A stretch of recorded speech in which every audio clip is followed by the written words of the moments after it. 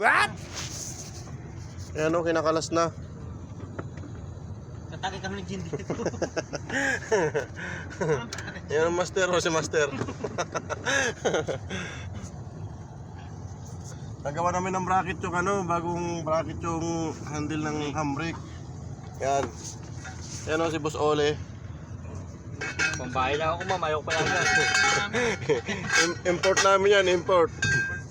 Galing pa nga yan, ha? No, bakal daw. Galing pa nga yan. Yan.